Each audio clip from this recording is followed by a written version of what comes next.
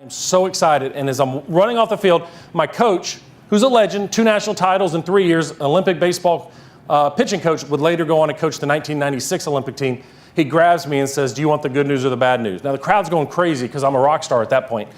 And I said, "The good news." He said, "That's the best I've seen you pitch this year. The bad news is if you walk this next batter, I'm taking you out of the ball game." And he turns and walks away. Now anybody who's a coach, anybody who's been in that situation goes, "Has this guy lost his mind?" Probably. But there was a reason for it. See, as baseball players at LSU, every Friday night in the fall, we would have yellow book meetings. We'd sit from 7 to 8:30, voluntary meetings in the dorm that we didn't even live in, and we would go over pitching categories and statistics. Our mantra was, "We'll be more prepared than you, so when you doubt, we know." I knew that 80% of the time when you walk the leadoff batter, they score. That was a big deal for our coach. So I go out on the mound, I walk the leadoff batter on 4 straight pitches. He took me out of the ball game. I go to talk to my dad after the game. We win. Nolan Ryan credits the guy who relieved me for the win. It broke my heart. But I go to talk to my dad and thinking my dad's going to be like, "Yeah, coach, that was terrible coaching." He goes, "Don't walk the leadoff batter." Simple answer. Okay. Next day, I go, we're taking the 6 pitchers who are not going to throw on Saturday because we messed up the night before. We go do a clinic off-site. We're driving back listening to the game. The graduate assistant stops and asks if we want something to eat. College students looking for free food. McDonald's sounds good. We go in. I'm eating a Big Mac as I'm walking in the stadium. I've got my tennis shoes on. I've got none of my undergarments on other than my jersey and my uniform because I'm not going to throw. As I'm walking in the stadium, our ace pitcher's in trouble. And our equipment manager grabs me and says, "Put down the cheeseburger, go get loose, skip once you lose." Now, it wasn't the first time I'd gone into a game eating a hamburger in the same inning. Look at me. I'm good at it. You go to certain places like Mississippi State, they feed you in the bullpen. They try to give you like rum and Coke, and you're like, "I don't need that. Thank you, though." But they'll feed you. Baseball is a fun sport. I go in the ball game. 2nd and 3rd, nobody out, and I strike out the side. I run off the field. So now I've inherited 5 runners. No runners have scored, 6 outs. I felt like Andrew Miller of the Cleveland Indians. I ran off the field again. He grabbed me again. Says the exact same thing, and I did the exact same thing. He took me out again. But this time he allowed me to try to work through my hitter. And the guy hit a double off the wall on the first pitch. And as soon as he got out to me, he said, "You're scared to death of success." He was right. I was terrified. I didn't believe. And that was the day, what I call, the book that I just finished writing is called The Mindside Manifesto. That was the day my manifesto changed. Because that was the day that I started looking at life completely different. I went back to work with the guy I was working with, and he said, "What were you trying to do?" So I was trying not to walk the leadoff batter. He said, "Why not?" I said, "Because leadoff batters, if they score, if you walk them, they're going to score." He said, "But what was the absolute most important thing you wanted to do?" I said, "Well, I wanted to see if I wasn't going to walk the leadoff batter, then I thought I was going to have a good inning." He goes, "You can't think like that." He goes, "What is the number one thing that you want to do on the mound?" If you could draw it up, I said, "I'd love to strike out everybody I face." Everybody I face. That's like hitting the flush 8-iron every single time. And he said, "Well, do it." I said, No, you don't understand. If I try, I will fail. I will try too hard, I will make mistakes, and I'll be in trouble. He said, "The mind doesn't work like that. The mind only works when it's fully committed to its achievements." And I said, "Well, what else do I have to lose at this point?" So I changed my mindset that day. I said, every time I pitch, I'm going to throw with the intent of striking everybody out I face. I was throwing 84 miles an hour in the Southeastern Conference, where the average pitcher throws 93 miles an hour. I was not very good. And yet, I finished the season that year in the top 10 of about every pitching category in the SEC, including strikeouts, fewest walks, fewest hits, lowest ERA, led our team in appearances, pitched in the College World Series. And after the season, in the SEC tournament, I came in relief in a bases-loaded jam, got out of it again, and Coach said in the post-game news conference, he goes, "I prepared him in March for today." And I thought, no, you didn't. But 5 years ago, I went and sat down with our coach, who's to us like John Wooden is to most of the rest of the public. I said, "Do you remember the day you changed my life?" He said, "March 19th, 1994 against Texas Christian University." He said, "Bhrett, you didn't believe you were as good as you were, and I had to get you out of your comfort zones." He said, "I waited 4 years to push your button, but I knew you were safe at that time." That's the day that my life changed. That's when I changed my major to psychology. That's when I said, I'm going to study this stuff. I did my PhD in clinical psychology, specializing in injury rehabilitation because of my own problems. Did my residency at Brown Medical School up in Providence, Rhode Island. And I worked in the pharmaceutical industry for about 8 years before I opened the Mindside. I'm absolutely blown away by the success of the mind side. It has humbled me to think of who I get to interact with on a daily basis. I do work for the University of Alabama now, and as I remind them, everything good that they've got in that athletic department came from Louisiana. They don't seem to like that very often, but it's true. About 6 of their coaches are Louisiana natives, including Coach Saban, who we claim in Louisiana as a native. Okay, so let's talk today about what it takes to be the best. What I'm going to do is I'm going to take you on a story, and I want you guys to understand what I'm trying to get you to appreciate, which is your mind. It all begins in the mind. Everything that you do is created by a vision and a desire. And if you're not willing to work for it, then it becomes a hope. Hope's no good. A vision and a plan is where we live, okay? So I want you to look at this slide, if you can see it. This is a guy by the name of Alex Honnold. Alex Honnold is what we call a free climber. We personally call him crazy. But this is a guy who climbs without ropes. Now, if you watch a video, which I can send out afterwards from 60 Minutes where he was interviewed, he's talking about climbing, but he's more prepared than any other climber. All he desires is being on top of the mountain. He's a free climber. We probably know the outcome that's going to happen to this young man. But yet his vision is about success on top of the mountain. And he has a comment in one of the other videos. He says, a lot of climbers get to this point and they don't want to look down because it scares them.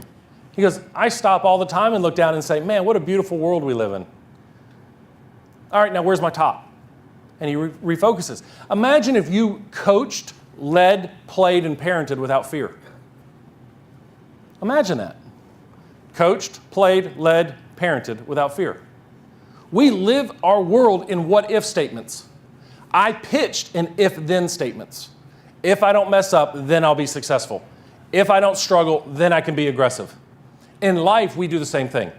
When we're leading organizations, we're leading teams. If you're leading your pro shop staff, if you're leading your organization or your teams, you owe it to your team to be authentic, not protective. Okay? Imagine if we led without fear. Now, this is the home ballpark where I played. Not really. This was a $35 million college baseball stadium built on my team's successes. LSU baseball won 5 national titles in 10 years. It's a $35 million stadium that LSU baseball plays in now. They get about $12,000 to $15,000 for every game. The players' shoes from Nike have it in their contract that they have to be kept overnight in heated drawers. Heated drawers. We got 1 pair of socks a year. But the fact is, you got to understand that the price of success is hard work. Nobody ever gets on top of the mountain and is landed there, is flown there and said, you're going to be successful. Even individuals, I had a client that came and saw me yesterday in the hotel. He's a Fifth Avenue executive, and he talked about different families of people. And he said, I always recognize the families of people who come from significant wealth and the siblings that can be successful through that. I said, that's a great perspective, because he said most people want to look at him and go, but they've got everything laid out for them. But he said, do you realize the challenge to be successful despite being hyper successful? And I said, that's a great point. See, success is hard. And if you want to be one of the award winners here, if you don't have a vision to achieve it, you're hoping to be nominated. You're hoping to be recognized. But if you want to be the best, the teams that I'm around that are the best, if you look at the football team where I work at the University of Alabama, which I'll be there tomorrow morning at 7 a.m., that is an organization, a team that there is no stone unturned to be the absolute best. And that's why their separation between the second place team is very wide. What is take, though? What's the it factor of success? Now, this guy may be a little bit of a problem in this part of the country, okay? But would anybody look at Tom Brady and go, that is the most successful quarterback of all time? This is his pre-draft scout combine presentation. And if you look at Under Armour commercials, you'd expect to see muscles bulging on top of muscles. But that's not what we'd think from the greatest quarterback to ever play the game, which, in my opinion, he is. Okay? See, GMs missed it. GMs missed it. They were looking for intangibles, and they lost the psychology. Now, we're studying how the psychological aspects of human behavior is now in high performance, and we're finding very unique things. Some players just see the field differently. I've got one athlete right now who's a running back. We can measure this, but he can see a break, a cut, a hole develop at 6 yards when the defense sees it at 2 yards. If he has a 12-foot advantage trying to figure out where he's going to go, he can own the defensive backs every single time. I bet if we studied Tom Brady, there's something inside his brain that is different. And you say, well, it's arrogance, it's whatever. No, it's knowing that it all begins in the mind. Who would have expected he'd come back from a four-game suspension with the success that he's having? So the question for psychologists and coaches and leaders is, what determines excellence? That's the million-dollar question. Okay, that's what I get brought into teams all the time is, can you help me take my team from A to B, A to C, A to D? I want to be the best. And the question always comes down to is, are you willing to sacrifice what it takes to truly be the best? Because if you're not willing to make the sacrifices, then all you're doing is creating a fertile ground of excuses. If you want to be an award winner, set a plan to achieve it and do everything it takes to achieve it. See, when I was a kid, we used to travel around the country a lot. My dad was in the Air Force, so we'd travel, we'd drive. And we'd be moving and going around, and my mom was always like, hey, we're going to stop at McDonald's because McDonald's bathrooms are clean.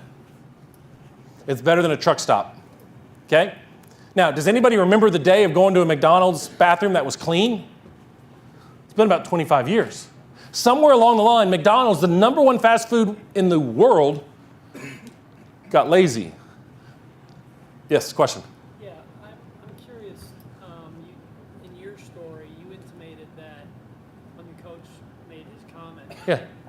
it turned the switch on. When did the hard work start? Oh, when I went back and changed my mindset working with the guy I was working with, to sacrifice my ego, my belief systems, and allow myself to be truly vulnerable, which we'll talk about.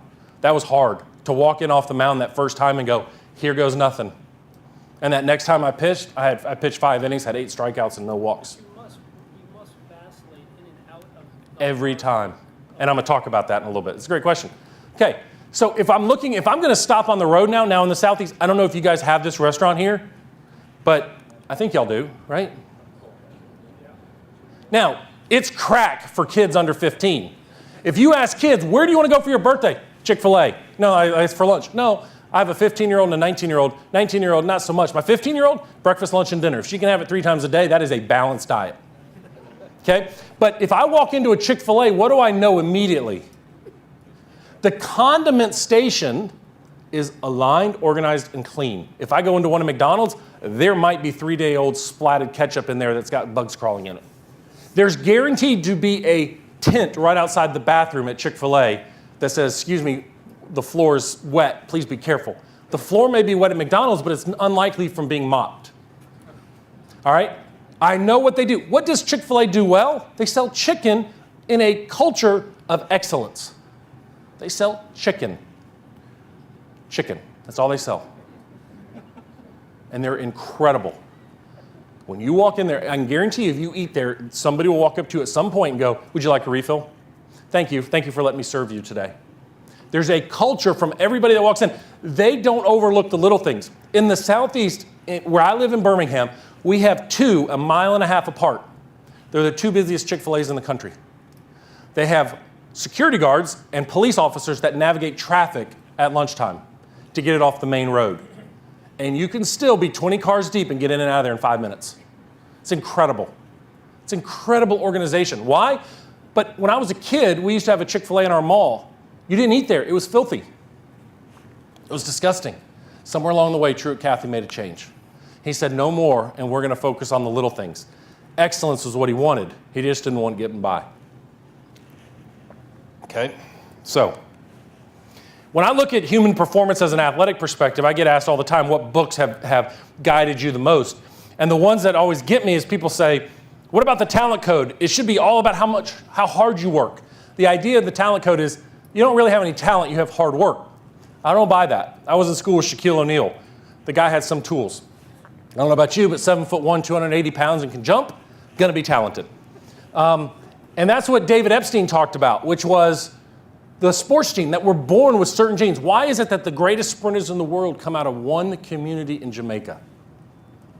It's deeper than just genetics. Sometimes it's cultural influence and the fact that you're training with people and you're around great people. If you look at the success of the Met section, you guys are producing continuous gems, diamonds, success because you're feeding off one another, because the commitment to excellence is so much higher.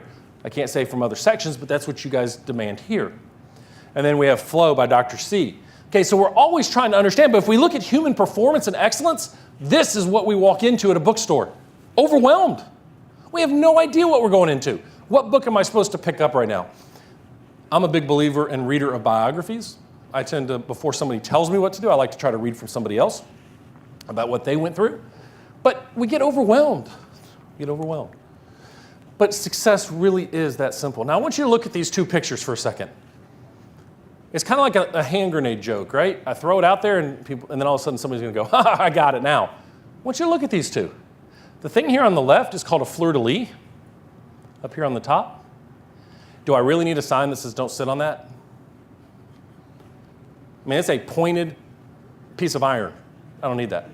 Okay, anybody see what the guy on the left, on the right is walking? Is a dog in the water. Life is really that simple.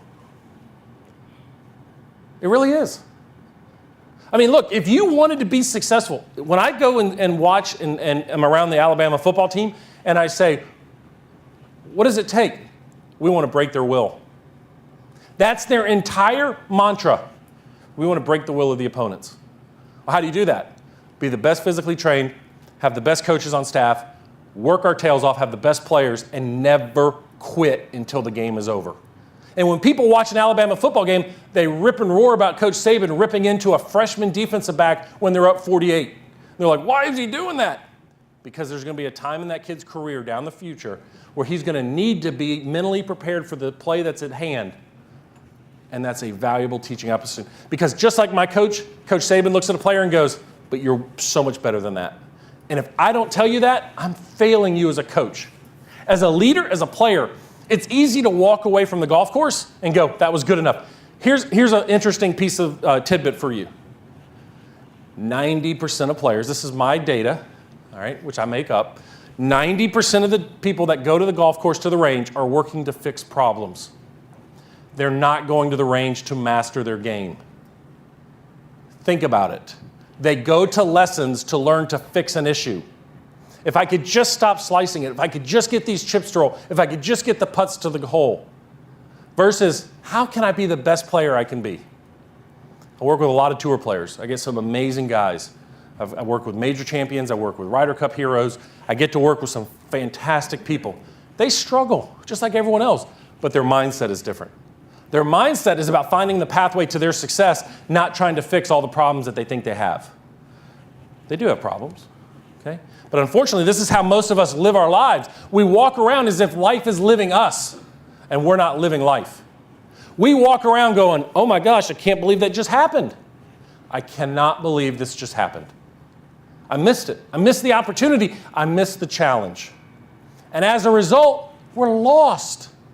See, in order to be successful, you have to become the active engager of your environment. You can't wait for something to happen to you. I mean, imagine going to Steve Jobs before he passed away and said, man, a lot of success found you, didn't it? How long do you think he'd be in that room? No, it took him to get fired and to fight for what was truly important to him. If we look at the best basketball players right now, let's say LeBron. Man, LeBron, you're gifted. Your shoulders are built like a bodybuilder. You're just so good. Man, God blessed you with a lot of really good talent. And you say, yeah, he did. But it was the work that I put in to achieve it. Yesterday, I sent out a message to a couple of my players, and there was a video that went around about Kobe Bryant before practice every day. He'd shoot 400 shots, and he'd have to make them. But yeah, he's one of the most talented, gifted guys ever. See, there's two types of people, right? There's the people that go, what just happened? And then the other one is, let me show you what I just made happen. Under pressure, there's three types of people. There's possums, there's armadillos, and there's foxes. Under pressure, the armadillos, or the possums, y'all ever come across a possum at night when you're taking out the garbage? They're ugly. They hiss at you. They got big teeth. But if you do anything, they fall over dead. Their only defense is to play dead under pressure. They can't handle it. The armadillo looks like a bad dude. He's got all the armor. He's walking. I mean, he's like, that guy's a tank. And I'm waiting to see like big machine guns coming out of the back of that guy's shell. And under pressure, what does the armadillo do? It holds up underneath its own defenses. I want athletes under pressure and in the environment that are foxes. I want them sly, smart, and cunning to be able to determine where they need to go and how they're going to achieve it. I've never seen a fox on the side of the road that was starving. All right? So what have I learned from the world's best? Let's dig into this. I did include this here because it's when people talk about the process, Nick Saban's name is always what comes up. But where did he get this from? Don James, the University of Washington, Bill Belichick, and the list goes on. Who's influenced him? He is unrelenting. People said years ago when Lane Kiffin came in that there's no way that a guy like Lane Kiffin could work in a system like Nick Saban's. And yet the last 3 years have been record-setting offensive performances. And I really like Lane Kiffin a lot. Smart guy. But they have a system in place. The team that I played in, we had a process, or we had a system as well. And our coach published a book called The System. And his idea was if you bought into the system, no man is bigger than the system, but if you trust the system will always trust you. 5 national titles in 10 years. And yet, when I sat down with him in April of this year at our 25th reunion of our first championship team, I looked across the table to coach, and we had a long conversation. And he walked up to me before the game and gave me a big hug, and he goes, "You know why I did that to you right on the mound? To your point?" I said, "I think so." He goes, "Because I loved you. I loved you. I still do today." His daughter was my mentor in grad school. She's passed away of stomach cancer. But she was the most influential person in my professional career. See, he had a system. And his system was he never lost a championship game in almost 20 years as a coach. Because his players were trained for pressure. When I fly home tonight on the direct flight from LaGuardia to Birmingham, if it's on time, which usually it's not, I don't want the pilot who goes, "Oh, I don't know how to fly through a thunderstorm. So we're going to hang out up here, and I'm going to wait." I want a pilot who goes, "I mean, I can fly through a thunderstorm better than I can fly through a clear sky." Why? Because I've done the work. I've trained. I've worked. I've prepared. If we watch the Ryder Cup, we're blown away by the exquisite execution of the athletes at the highest of the game with the biggest pressure. And talking to somebody who's done very big clutch stuff in Ryder Cups and spending a lot of time with him, I'm like, "What makes you so good for that?" He goes, "I love it. What do you have to lose? Everything is your world to gain." See, when you have a system behind you, it's critical. Now, we're going to talk about this in a little bit, but one of the biggest challenges I want people to do is I want them to take time by looking in the mirror and create your own philosophy for life, success, and work. Like, if you don't have a performance philosophy, then you're letting life live you. When is that day going to come? Are you going to have to take somebody like I had standing on the mound to be embarrassed? For somebody to wake you up to do that to you? No. Sit down and define what your philosophy is. Okay, we'll talk about that. Every great team and every great organization has a process. The thing is, it takes discipline. And most people in this world simply don't want to have discipline. When it gets hard, they bail. I have what's called the learning curve when I work with athletes, is that when I first give you new information or you're working with somebody on a swing, they go into a honeymoon effect. It's easy. People say it gets worse before it gets better. It actually doesn't. It gets better before it gets worse. Okay? Because if I'm on the range and you're working with me and all of a sudden I'm like, "Oh, I fixed that problem," because my motivation was to fix the problem. But I step into the shot and all of a sudden I'm like, "Man, that was fantastic. Thank you." And then what happens? I go home and I call my buddies for the weekend and say, "Just wait. I'm going to own you this weekend. I got my swing fixed." And then you go out there and now you're in a new environment. And over time, you start messing around with it. Guess what happens? You struggle. You go into the crash. And you hit the fog. And it's like driving in the fog. It's overwhelming. Overstimulation, overthought mentality. Just, whoo, this is bad stuff. But the only way to work through a fog and drive through it is to slow down. Don't turn on your bright lights. Turn on your dim lights. Find those little bumps in the road. And just have a purpose. Work through it. And the only way as a player can work through the frustration and confusion of any new thing or any new change, to your question, what did I have to sacrifice? To get to the aha moment, which creates mastery, is you have to be willing to work through the frustration and confusion. Unfortunately, we make it so easy when somebody's confused in our office and our teams, "Here, I'll do it for you real quick," versus go figure it out. Work through it. If any of you have kids that struggle with math, it's a nightly experience to get caught in that fog. Discipline can do one of two things. It can get you more determined in what you want to accomplish, or it can derail you to look for the quicker solution. The best of the best get more disciplined to the results. Okay? I love Mike Tyson. Mike Tyson is, to me, I don't like what he did out of the ring, but he's one of the greatest fighters of all time. And the reason he's one of the greatest fighters of all time was he had a singular mission. Now, if you've read his biography, it's a brutal biography. It's very graphic. It's very sad. Back to the foster care scenario that we were talking earlier. It's sad that kids have to grow up in this country with that kind of home life. But in order to achieve a knockout in this world, we have to be more than preventing ourselves from being knocked out. See, we live to not get hurt. Our society of youth today, and players, coaches, and moving into the workforce, really struggle with vulnerability.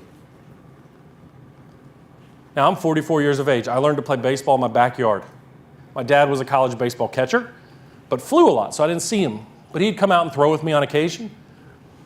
But I learned all the kids in the neighborhood, boys and girls, would get in the backyard and we'd play. And during the spring, it was baseball. During the fall, it was football. And during the winters in St. Louis, we'd ice down our driveway. We didn't realize why our parents were so upset with that. We'd ice down our driveways and we'd play hockey.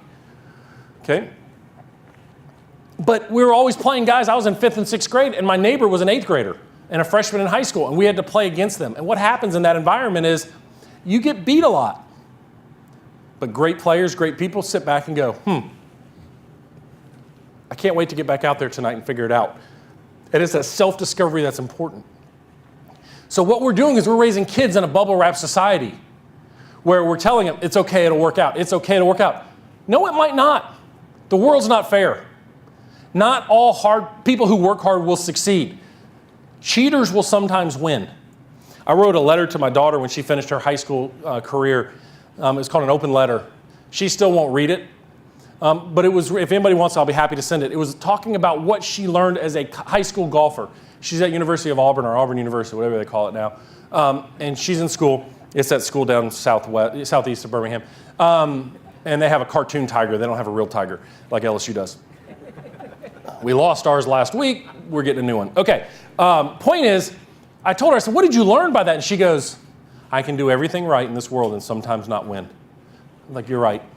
She goes, I can be in an environment where there's dads giving signals to the players that are in my group. And when we caught the dad and we told the rules officials, they said, I didn't see it, so I can't do anything about it. And that team went on to win the state. They lost by 1 stroke. She said, life's not fair. I said, good, you learned some good lessons. Because if you go into this world thinking that life is fair, you're going to be living a life of a lot of disappointment. Now, I don't mean to paint a negative picture. What I wanted her to do is to realize if life's not fair, let me be better than everybody else, and statistically, I have a better chance. If you ever want to teach a player about what it takes to have a mindset of success, the fight that Mike Tyson had with Michael Spinks that he won in 93 seconds is brilliant. The reason for it? Mike Tyson's walking into that ring with a singular purpose, to create havoc. Mike Spinks, who was undefeated at the time and the Olympic gold medal champion, is scared in the ring, and you can see it in his eyes. He doesn't know what to do. And when the bell rang, Mike Tyson reminded him who the best fighter is in 93 seconds. Mike Spinks landed 1 punch. 1 punch. I have an MMA fighter who fought his first Bellator fight this weekend. Lasted 23 seconds. He got on top of the guy and beat him so fast that the ref had to step in. He had a singular purpose, and the goal was to dominate the opponent. I always tell my athletes, somewhere someone is preparing to beat you, but you have to be willing to dominate them. If you ask Chick-fil-A what they want to do is they want to dominate the fast food market. Apple wants to dominate the market. If we look at what's the most innovative product in our lifetime, and I know there's a wide range of lifetimes, so please somebody don't say the refrigerator. What is the most innovative product in our lifetime? Speak up. iPhone. What else? Anyone else? Computer. Okay. Running water. All right. Okay. I'll argue it's the iPod. It took less than 3 months to build. It accounted for 1% of the Apple market share for the first year and a half. And because of the iPod, it created the iPhone, which we don't go to video stores anymore. If I want to check into my flight, I don't have to go down to the ticket counter or use a travel agent. I can do everything I want from a phone that's more powerful than the first computers I ever had.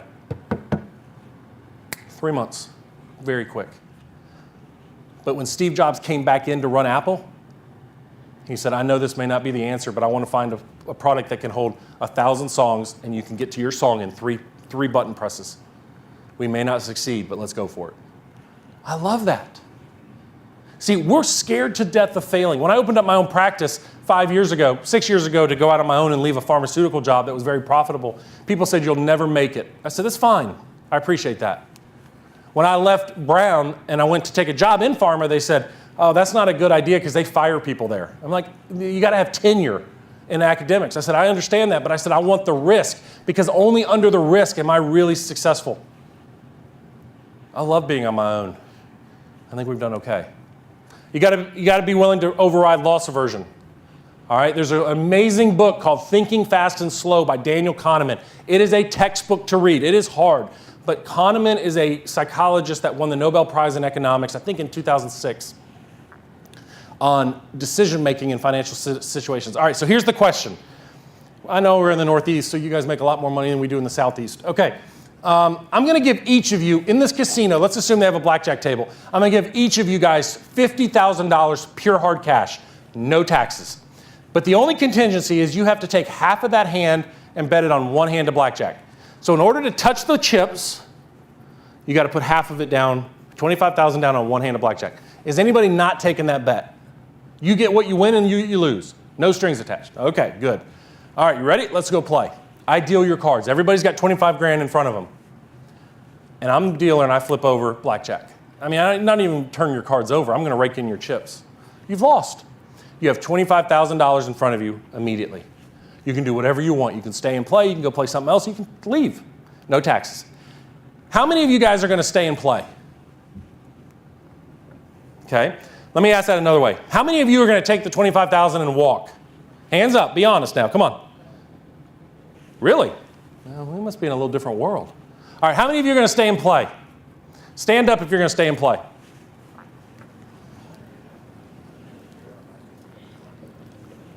Now, how many of you that are going to stay and play are going to take a portion of that money and put it in your back pocket so you make sure you have at least something to walk out of the house with? If you are, sit down. Okay. Of those of you that are staying and playing, how many of you have an upper level you're going to stop at, like the original 50,000? If you get back to 50, you're out. All right? Yeah, like if you some people go, if you win the next couple hands, you get back up to 50, you're like, I'm good, I'm gone. Okay? So all you guys are going to stay and play, right? All of you guys, men and women, guys, are in it to go to zero, right? You guys could really live calling home and going, I had $25,000 cash, no taxes, and I went to zero. You made that call last week. Man, you are a stronger man than I am. Okay. Okay, if you're not, sit down. If you can't handle that phone call, all right, ma'am, why are you staying and playing? What's that? All right, speak up, tell us. Yeah? Yeah?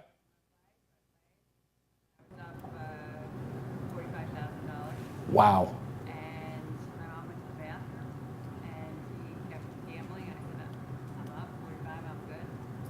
And he I'm going to tell everybody who can't hear her what she say. went out. He went He out? went $10,000, 10 hands, gone, his money. And he looked at me, and he's like, can I borrow some? And I said, here. And then I left 20. But you're not it wasn't my money. Okay. Were you able to keep it, though? Was he going to let you keep it? So what happened was she was playing at a casino, I'm assuming, and a guy gave her money and she got it up to $45,000. Now, how many thoughts did you have in that moment about what you might lose? Were you winning the entire time? Okay. That changes the game. Now, what happens if you had lost 3 or 4 hands in a row? What would you have done? And then you took it. You left. Okay. I want you to think about the people that are standing up right now. So when I give this example, there's usually 100 people in the room or more.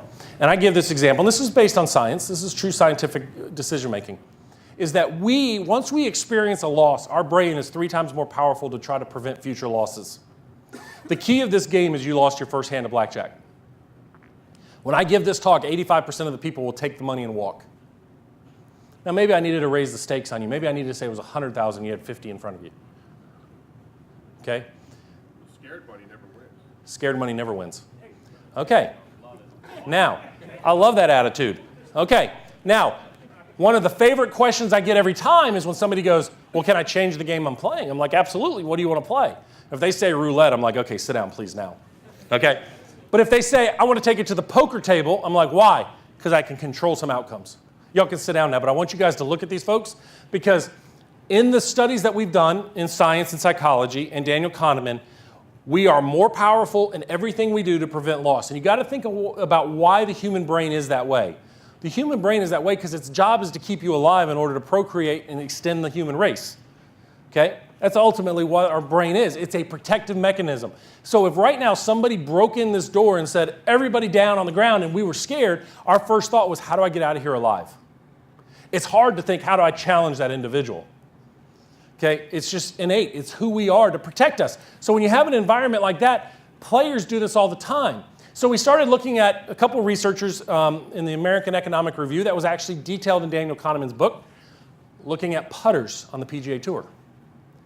Putters make, if you control for all the factors, slope, distance, time, putters make statistically more and significantly more par putts than they do birdie putts. Anybody want to guess? The reason is a lost birdie is a what? It's a par. It's a lost opportunity. It's not a loss. It's a lost gain, which you really didn't have.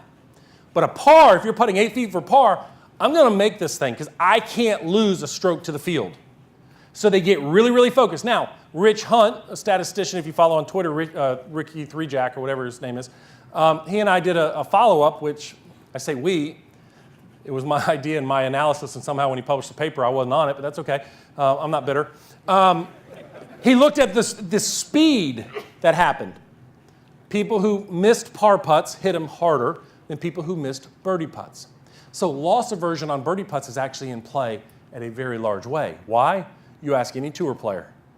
You hit it to 8 feet, 10 feet, you have a chance to make birdie. They go, I want to make birdie, but what don't I want to do? 3-putt. So they hit it softer and slower. Loss aversion happens in everything that we do. Okay? You're more apt to take a rebate than you are to prevent a price from going up. I mean, you're more powerful. You want to prevent the price from going up because it's future loss. So that's a bigger thing. We live in a world of loss aversion. So when you combine vulnerability and loss aversion together, you have people who are playing protective and scared. When I ask this question to teams, it's usually the star players that are the most confident that stand up and say, I'll go to 0 because I want to make as much as I can that day. And the idea is that you're going to come back the next day and you can do it again. And the cool thing here is you did nothing to earn that money. 0. Well, I tell my players all the time, when you go on the golf course or you go out in the field, what you've invested in yourself cannot be taken away. So go play. I've worked so hard. It doesn't matter. That's done. It's over. Go play. All right. Kobe Bryant, got to be willing to make a sacrifice. Those who aren't willing to make sacrifices simply don't win, and it goes back to those last 2. Okay? But there's a choice that we always have to make as people. And the ultimate question is, what are you willing to sacrifice in order to be great? If you think about how this country was founded, it was people that were leaving something, but moving towards something bigger. They had to make that sacrifice of leaving what is known. If you look at people who have started and changed the game, if you think about Kirk talking about being a Twitter leader, to go onto a new platform, to try something new, took a risk. Because people were probably like, why are you on that Twitter thing? Yet now it's the standard. Or the first person, talking earlier about used a smartphone. What am I supposed to do with this? but it's willing to do something different. The very first time I ever went out on tour, I was working with 2 U.S. Open champs in the same group. I texted my wife and I said, what am I doing here? She said, give them everything you got. That's why they asked you. Yes? So I would assume by what you're saying that you're a fan of change. I think change is inevitable. So like most of us in this room work at private clubs Yeah. and are old, been around a long time. Some of them are at newer facilities or whatever, but for the most part, probably most of this room is golf courses that have been around for a long time. Yep. We've got members that have been on boards for a long time. So a lot of times we get in positions, I feel like, where we want to make a change, but it could be staff, it could be the way we do things at the club or whatever, and we fight that a lot with our board members about, a lot of people just like the way things are. Yep. Status quo means no grow for me. It's not Latin, it's Pig Latin for no grow. Now, the question is, most people change for change's sake. If you have a strategic reason as why you're making a change and you build a plan to achieve it, I can't argue with that. I was on a board of our country club. We made massive changes. We upset a lot of people.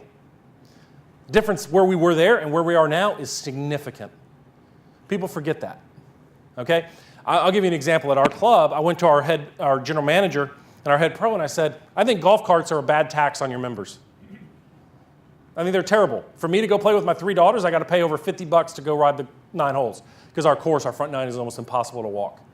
I said, I think that's terrible. I said, why don't you guys do something different? They said, well, we can't include golf carts. That's revenue. I said, I'm not asking you to include them. I said, why don't you look at everybody's last 12 months of golf cart usage?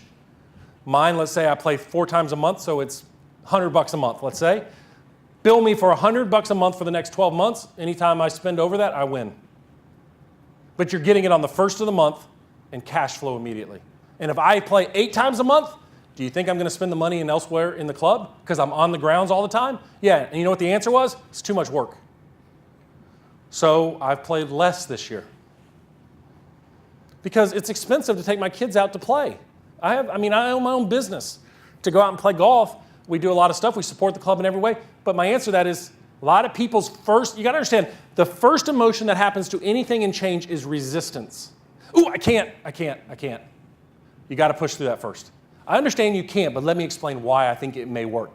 The mistake is that we look at the reckless people who go, we're going to make sweeping changes, and everybody's walking around them going, 6 weeks until they're gone, and we go back to what we're doing. Okay? If you look at change, let's go back to Alabama football. They used to line you up in an I formation and run it down your throat. Now what are they doing? Run pass options. The most successful college football coach of all time is all of a sudden using this new wave offense. And he's putting up record numbers.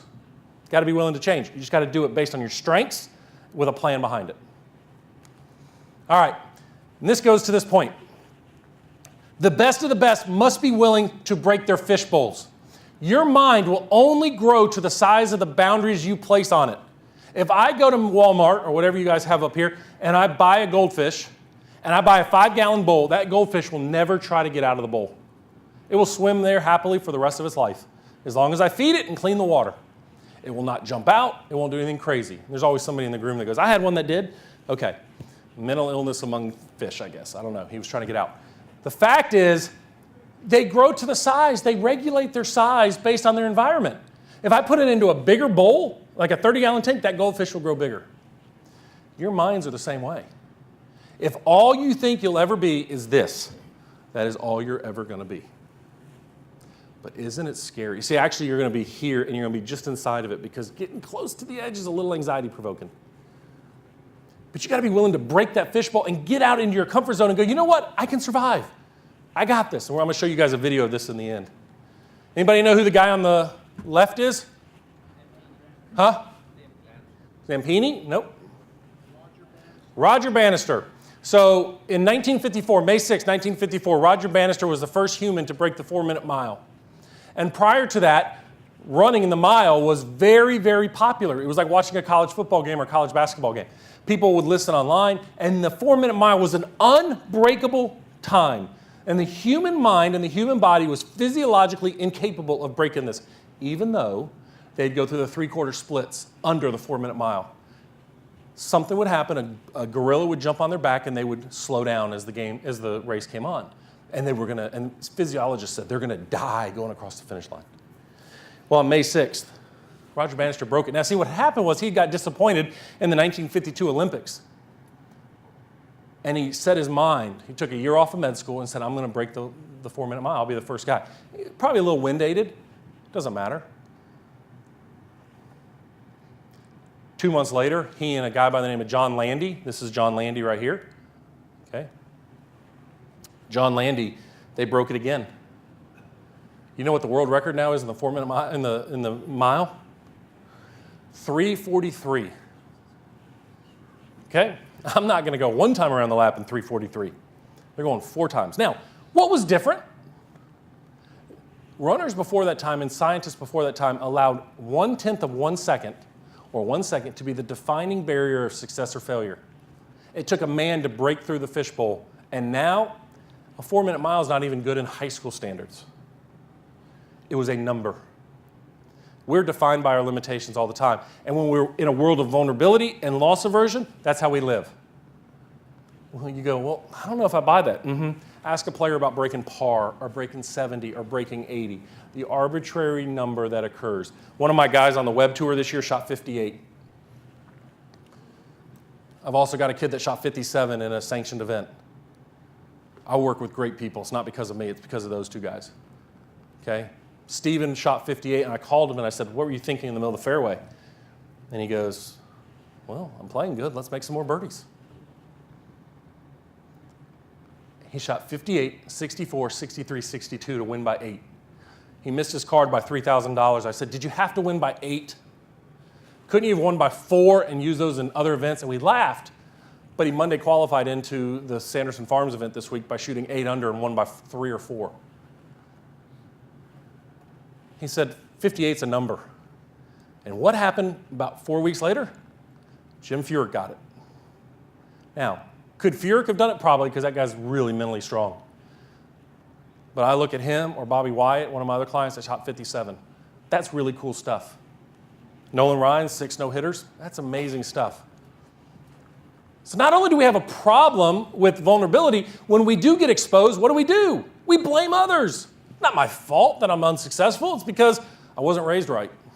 It's not my fault that my boss got on me. You didn't give me the right training.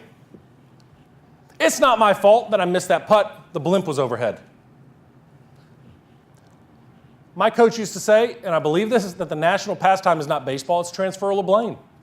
We have a society that is built upon everybody telling you why I'm not successful is because of you. The worst thing that somebody can do, the most dangerous thing that somebody can do is look in the mirror. And when you look in the mirror and you accept responsibility, you can change your life. See, for me, I had to look in the mirror and realize I wasn't that good, but I was playing scared. It wasn't my fault that coach took me out. I had to be better.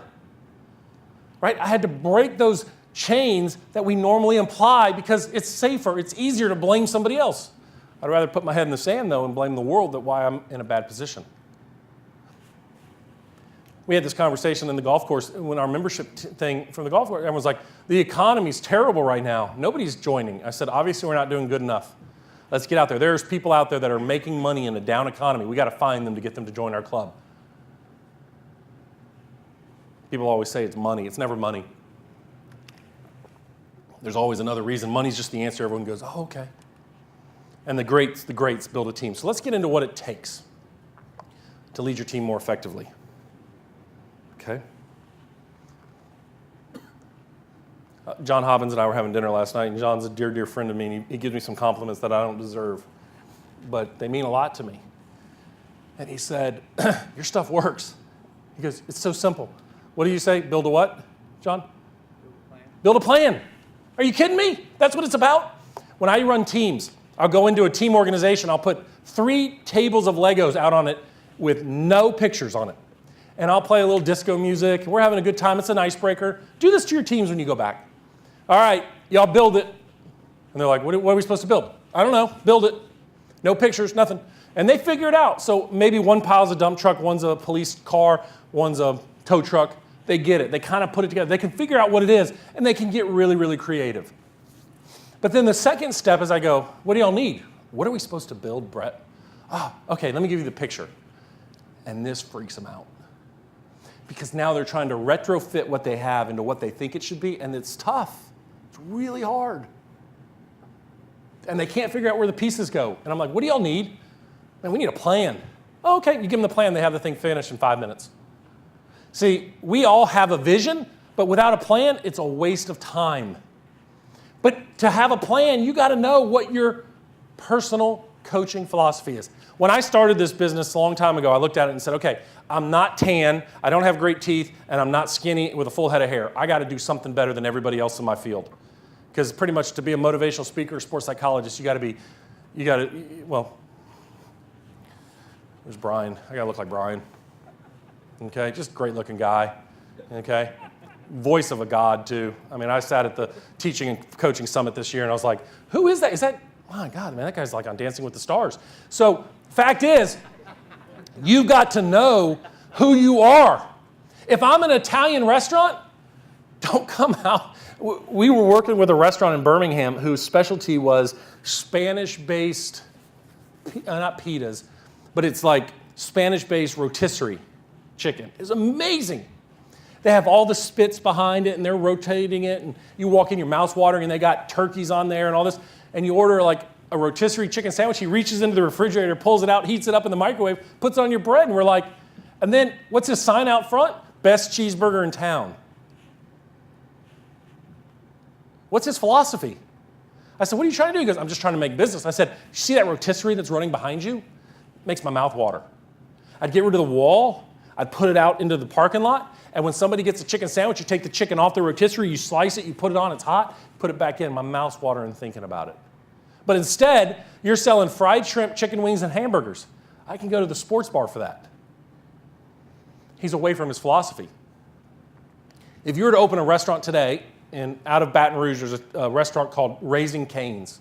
I don't know if y'all have Raising Cane's up here. Raising Cane's is a chicken finger restaurant. All they do is serve chicken.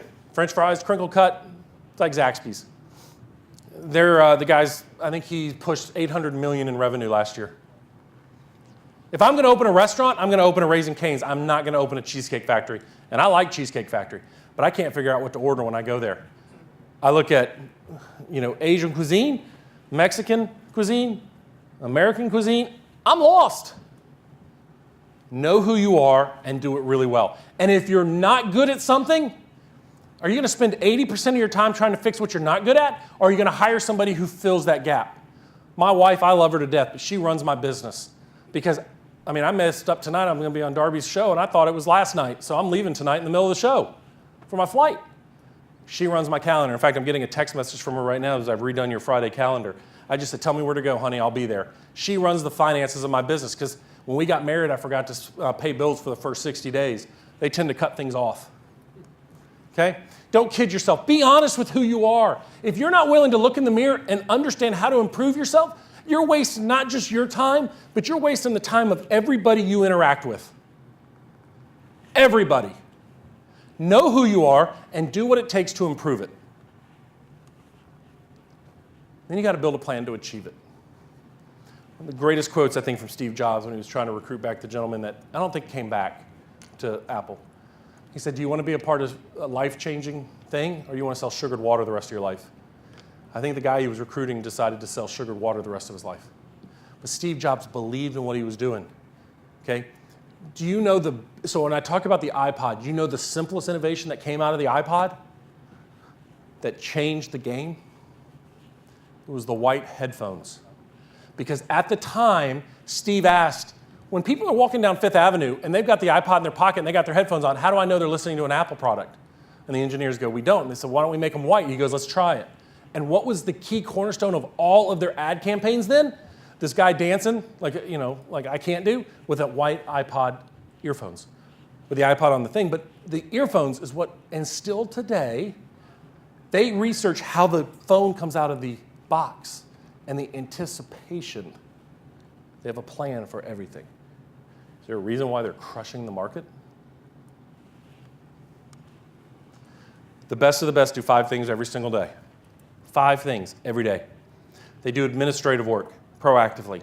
Don't wait till it gets you. Do it before it gets you. So administrative work is things that I need to get done in the next 3 weeks, like booking flights, booking hotel rooms, setting up meetings. If you're a leader and you send out your minutes and your agenda for a meeting 5 minutes before the meeting, shame on you. Because that team member doesn't know. When you send out the agenda before the meeting and everybody's sitting around the table, everybody in that room is looking at it going, is it me, is it me, is it me? Okay, it's not me. They miss the first 5 or 10 minutes. Be administrative ahead of the game. You'll be amazed that when you do it proactively and you write down a list of things that need to get done, how few of things you really need to do. I had a college athlete on the phone with me the other day. She's a pre-med major playing in Division I soccer, and she goes, I'm so overwhelmed. We went through her week, back to the comment about 68 hours. I said, how many hours a week do you practice? Well, we practice about 35 or 40. I said, okay, good, class, good. We did it. She had 28 hours in the upcoming week to study for her organic final with getting 8 hours of sleep a night.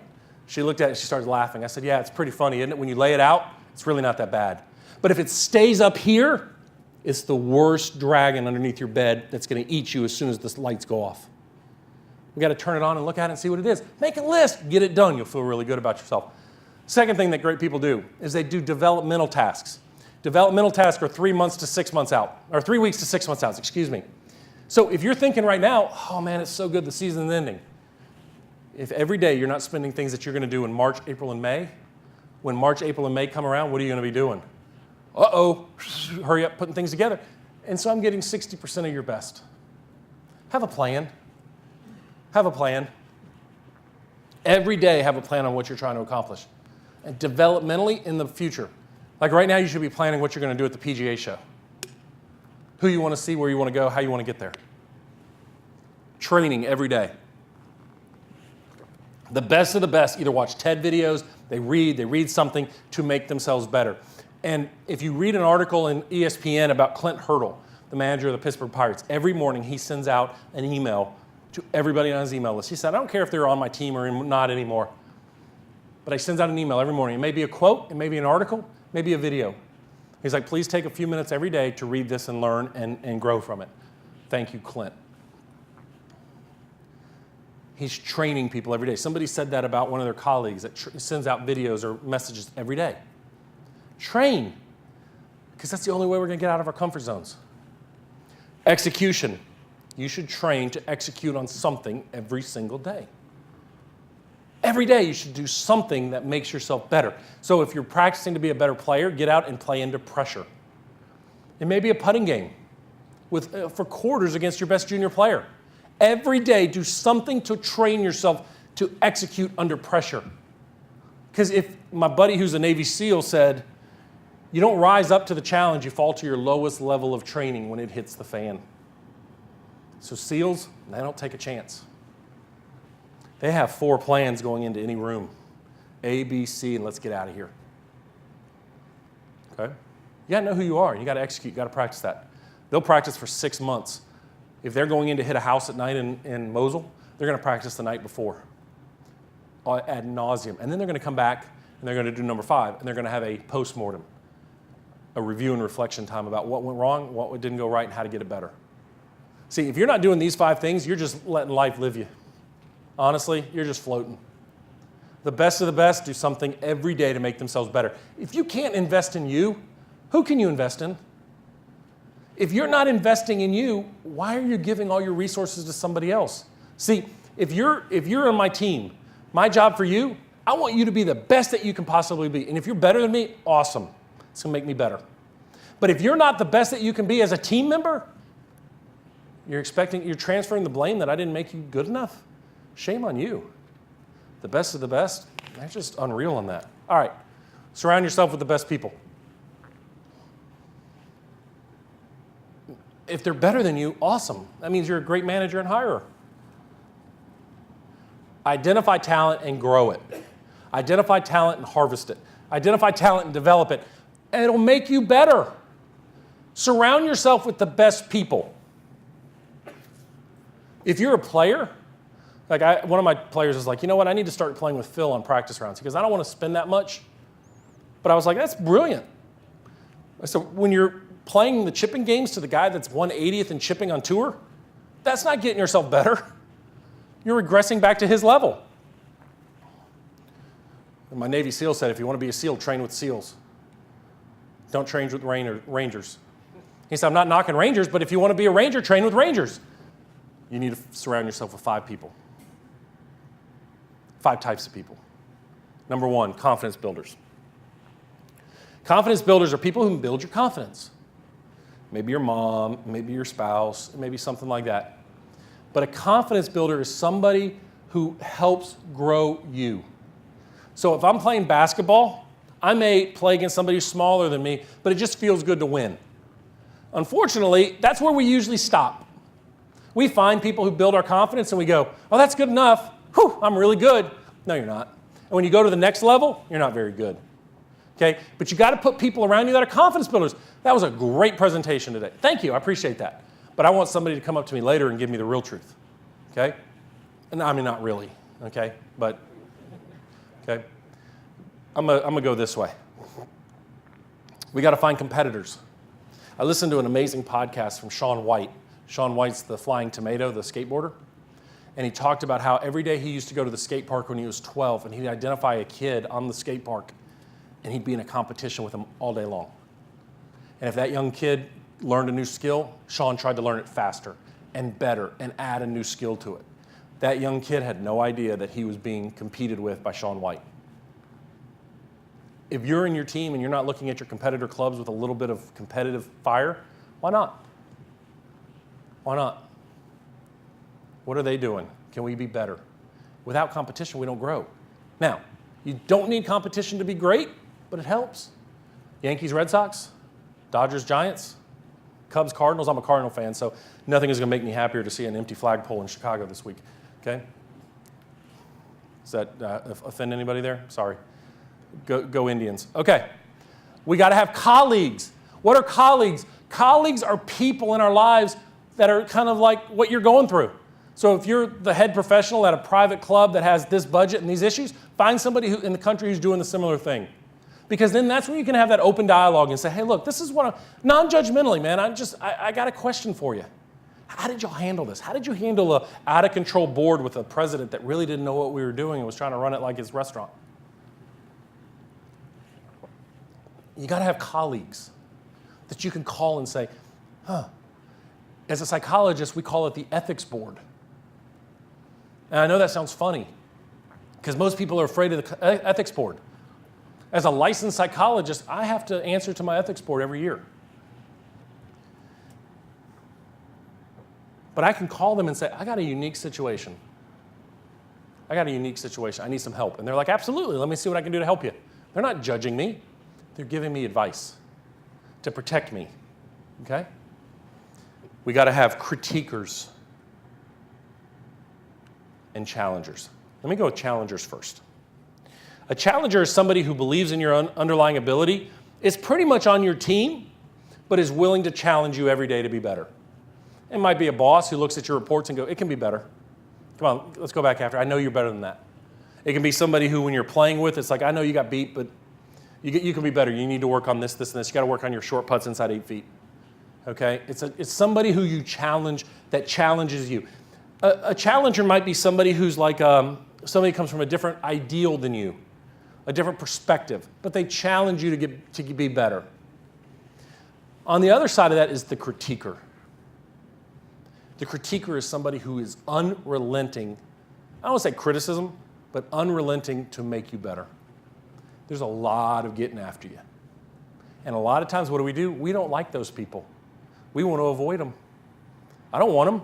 I don't want them in my life because they hurt. My advisor in grad school, who I went through training with, to this day, if he calls me, my heart will drop. But he makes me better. He was the hardest guy ever. He kicked me out of 2 rooms. I was giving a presentation one night where I had to look at a personality scale. And I'd passed this large comp exam where he had to do an oral examination in front of his colleagues. And he goes, Bhrett, that personality report does not equal your formulation. Why?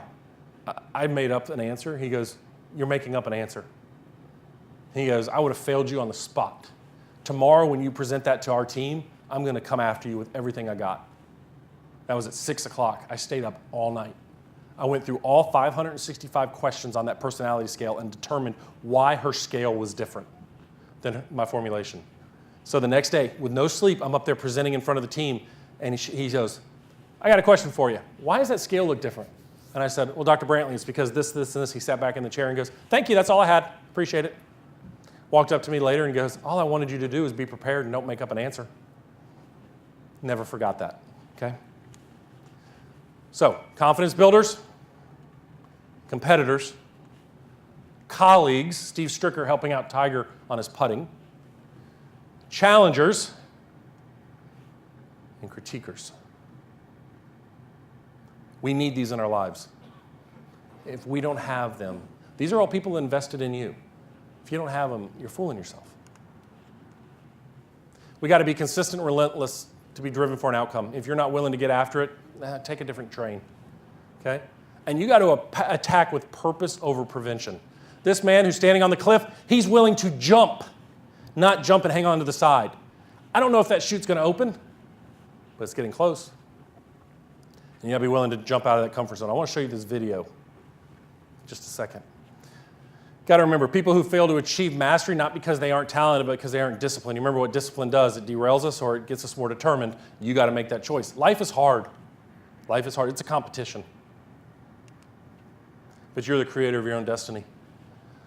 When John gave me his compliment, I was touched. I was touched. Because it was something that I honestly didn't even think about. But yet, he's created success in a lot of ways. Okay? Let's see if this video will play.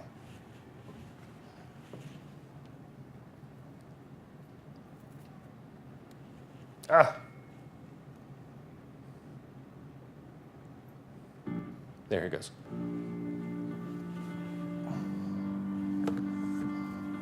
We got to get Felix off the ground safely and not share the balloon. And we need optimal conditions. So as the weather person here, we're going to be very, very, very picky in the right conditions. Felix has completed his physical. I've been working 4 years on the program. I believe in what Felix is trying to do, to test the next generation for the pressure suit. And I'm just delighted to be a member of the team. This is mission control. This time Felix is departing his airstream trailer to be strapped into the Australia's castle.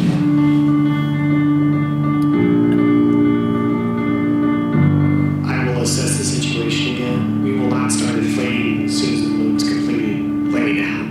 So there'll be another small hold. T-minus 1 hour, 13 minutes. We're going to go on hold. Chuck Yeager was the first man to go supersonic in an aircraft. It was 65 years ago, and I think it would be just absolutely wonderful if we could get Felix to go supersonic without an airplane on the same day that Chuck Yeager flew supersonic in an airplane. At this time, we have begun balloon inflation. Capsule systems are green, instrumentation's green, payload's green, medical systems are green.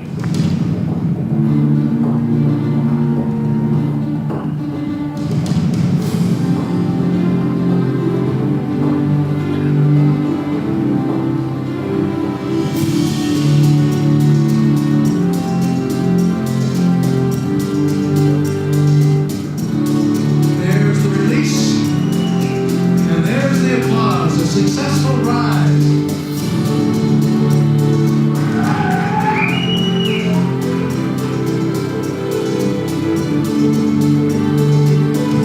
This is mission control. Felix's current altitude is 25,300 feet. We're at 108,000 feet. There is an issue with the heat in the faceplate. Mission for the time being is continuing as the team considers what are the options. So the decision has been made. Baumgartner will jump.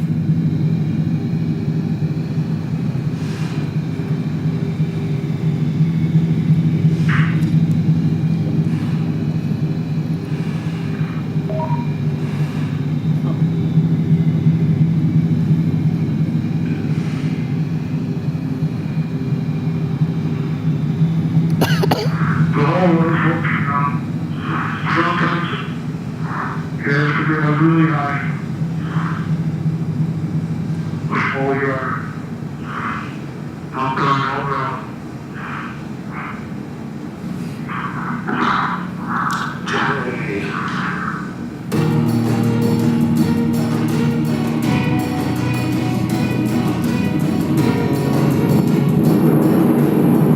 Speed 650 miles per hour.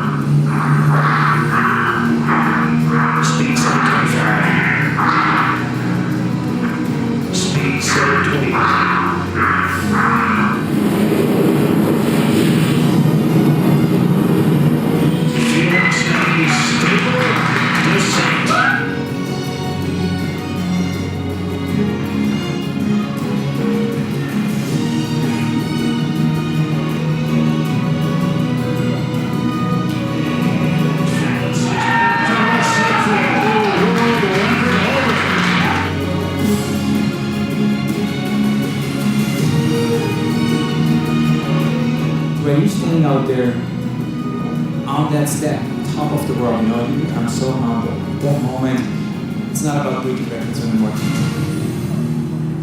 So why I love this video so much is this is a man. Do y'all know who Joe Kittinger was? The older gentleman that was talking? He was 82 years of age. He broke that in 1961, going to 108,000 feet. This was pre-technology. The only guy who was allowed to talk to Felix on his ascent and his descent was Felix Baumgartner, because he had been there. Baumgartner did this because it was a dream to see, can we go to the limits of the atmosphere and jump? Now, it's been broken since, but nobody cares. Broken by a Google executive, but nobody cares. Felix Baumgartner jumped at 128,000 feet, but he was prepared. It took 5 years of training, a vision and a plan, and a lot of hard work along the way to get it. He knew when he got in the middle of the atmosphere that there wasn't going to be enough resistance, and the body goes into what's called a flat spin.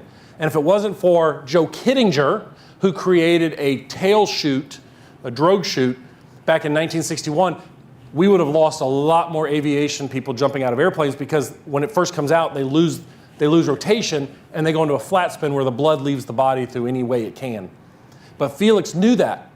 So when he jumped, he had a little drogue chute on, but when he jumped, he was floating, and they knew. If you listen to another video, he's like, I'm about to pass out, and you can hear him grunting to try to keep the blood from the stomach. Okay, grunting, and Kittinger's just talking to him, stay with us, stay with us, stay with us. And then all of a sudden he hits resistance and he rolls over.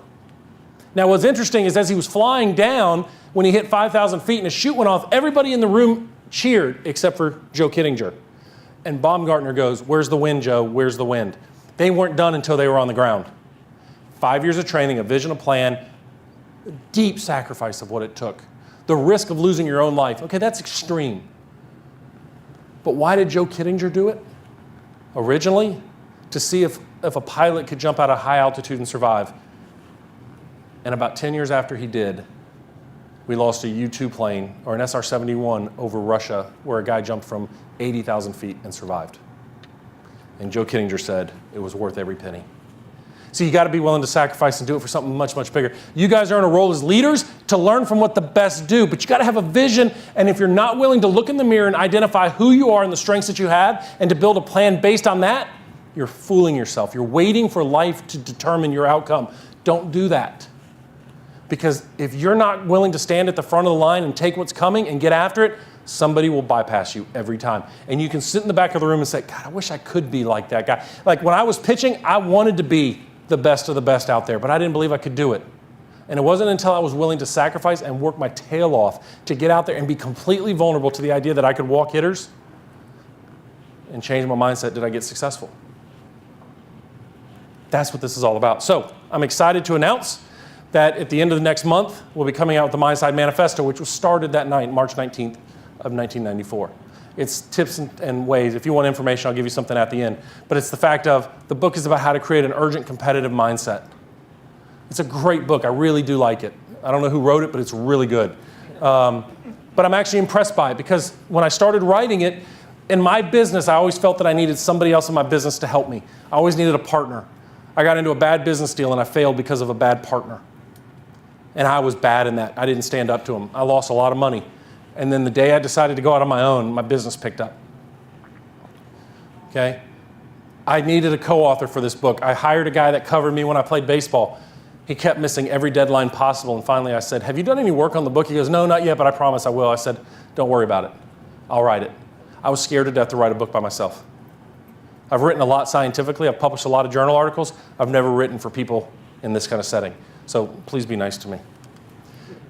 I do a podcast every week. It's incredible. Today's podcast is life-changing. Today's podcast, it's free on iTunes. It's called the Mindside Podcast. It's about a young man by the name of Timothy Alexander who was in a car accident when he was 19 years of age. All he wanted to do was play college football. And they told him he'll never walk again. He had no movement below his shoulders. So after about 4 or 5 years of losing his way and a lot of depression, the Voc rehab people said, we got to have a goal here. What do you want to do? He goes, I want to play college football. And they're like, all right. So they got him in a good position. And when the UAB football coach at the time, Garrick McGee, took the job, they went and met with him and they said, Coach, you need this kid on your team. He goes, he's in a wheelchair. He goes, but you need him on your team. He goes, all right, I got a scholarship for you. It happened at the press conference. He goes, I got a scholarship, but you have to be there every day at 5 a.m. You have to be there every night at 10 p.m. He goes, yes, sir, I'll be there. He goes, you need to get stronger. You're not strong enough yet. He goes, I'll be there. He goes, I want you at every single workout we do. He goes, yes, sir, I'll be there. So he went to work in the gym and got to a point where now he can move his arms. And today, this morning, he stood for the first time that he stood on the heels of his feet. This is a guy who said mindset is a choice. It's not something that happens to you. He said, I made the conscious choice that day sitting in the hotel room that I was going to be a college football player. When UAB football canceled their program 2 years ago, Timothy Alexander was on the front of the podium of 5 guys that raised the money to bring it back. He's finishing his PhD in marketing. He's the chief inspiration officer now for UAB football. Listen to this podcast, guys. It will change your life, I'm telling you. That's why I do the podcast, because nobody's ever told me no. We got a guy from up here, Jeffrey Swore, next week. In 2 weeks, we have Chad Metcalf, former SEAL. It's the second time on. He's going to talk about rising to the level of the challenge. Look, it's an absolute honor. Please follow me on Twitter. Please follow me on Instagram at The Mindside, or you'll find me at Dr. Bhrett McCabe. I don't have as many followers as Kirk, but I'm trying. But please, it's a great honor for me to speak to you guys. I hope today that I gave you 1 or 2 things that can spark you. If you remember anything, just remember I'm not as good looking as Brian, but I do have good information. And if you guys will take this to your life and make it better and find that you are the change catalyst in your life, nothing's going to happen to you, but you have to make that choice to do it. Great things happen from people who make the decision to make great things happen. It's an absolute honor, and I thank you guys for this opportunity. That was great. Thank you. Thank you.